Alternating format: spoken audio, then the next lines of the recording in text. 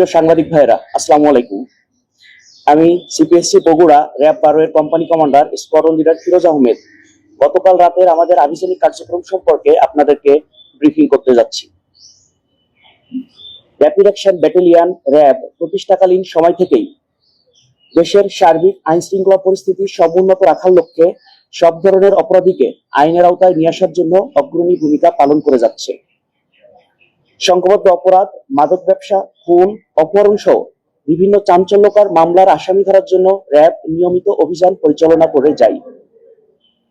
আপনারা সকলে অবগত আছেন যে গত 5 তারিখ বৃহস্পতিবার সকাল আনুমানিক 8 ঘটিকার সময় বগুড়া জেলার শিবগঞ্জ থানাধীন জাবারিপুর গ্রামে একটি পারিবারিক বিরোধের জের ধরে তর্কাতর্কী ও বিবাদে মোসাম্মদ মমিনা বেগম বয়স 70 নামক একজন মহিলা নিহত হন। এই ঘটনার জের ধরে ভিকটিমের ছেলে মোহাম্মদ মোফাজ্জল হোসেন বগুড়া জেলার শিবগঞ্জ থানায় একটি হত্যা মামলা দায়ের করেন। উল্লেখ্য যে পারিবারিক বিরোধ ও জমি জায়গা সংক্রান্ত বিরোধের জের ধরে বৃহস্পতিবার সকালে বিবাদী ও বাদীগণ প্রথমে তর্কাতর্কি এবং এক পর্যায়ে হাতাহাতি ও মারামারি শুরু করেন। এই ঘটনার অভিযুক্ত মোহাম্মদ জেলাল হোসেন ও তার স্ত্রী মোসাম্মদ স্বপ্না বেগম অকথ্য ভাষায় গালিগালাজ শুরু করলে আমাদের ভিকটিমের কন্যা মোসাম্মদ শেফালি বেগম এগিয়ে এসে তাদেরকে থামতে মানা করেন। এরপরে তারা আরো বেশি ক্ষিপ্ত হয়ে মোসাম্মদ শেফালি বেগমকে এলোপাতাড়িভাবে মারপিট শুরু করলে ভিকটিম মোসাম্মদ মমিনা বেগম এগিয়ে এসে তার কন্যাকে রক্ষার চেষ্টা করেন।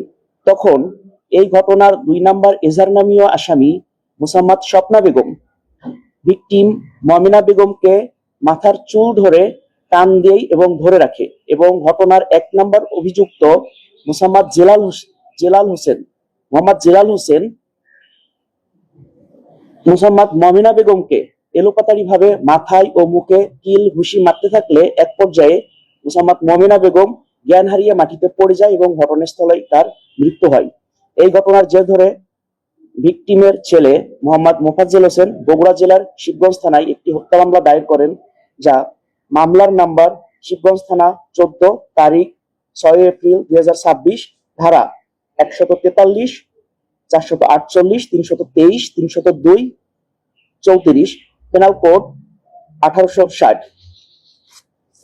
এই ঘটনার প্রেক্ষিতে ঘটনার তদন্তকারী কর্মকর্তা র্যাব 12কে মামলার এজাহার নিয়ে আসামিদেরকে গ্রেপ্তারের জন্য অনুরোধ করেন, যার প্রেক্ষিতে র্যাব তাদের গোয়েন্দা তৎপরতা বৃদ্ধি করে এবং আমরা জানতে পারি যে ঘটনার এজাহার নামীয় 1 ও 2 নম্বর আসামি গ্রেপ্তার এড়ানোর জন্য বগুড়া জেলার গাবতলী থানাধীন চকপাইকা এলাকায় আত্মগোপন করে রয়েছে।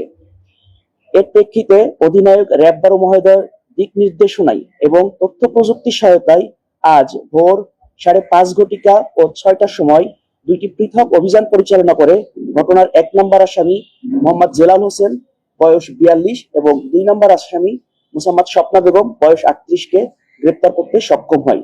উক্ত আসামিদ্বয়কে পরবর্তী আইনানুগ ব্যবস্থা গ্রহণের জন্য বগুড়া জেলার শিবগঞ্জ থানায় হস্তান্তর করা হয়েছে। এছাড়া গতকাল রাত 3:30 ঘটিকার সময় র্যাব তথ্য প্রযুক্তি সহায়তায় একটি অভিযান পরিচালনা করে বগুড়া জেলার সদর থানার চকসূত্রাপুর এলাকা থেকে সনি ভাস্করের বাসা হতে অভিনব পদ্ধতিতে সংরক্ষণ করা 65 কেজি গাঁজা সহ 4 বোতল কেরু মদ উদ্ধার করে। এই ঘটনায় র্যাব 3 জনকে গ্রেপ্তার করতে সক্ষম হয়।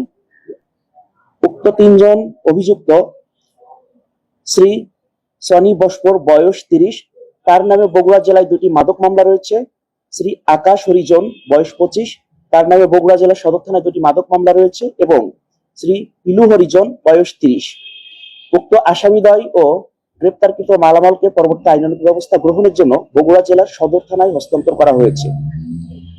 র্যাবের এই ধরনের গ্রেপ্তার অভিযান কার্যক্রম চলমান থাকবে এবং ভবিষ্যতে আরো জোরদার করা হবে। আমরা আশা করি আইন শৃঙ্খলা বাহিনীর এই ধরনের তৎপরতা বাংলাদেশকে একটি অপরাধমুক্ত দেশ হিসেবে গড়ে তুলতে সক্ষম হবে। ধন্যবাদ সকলকে।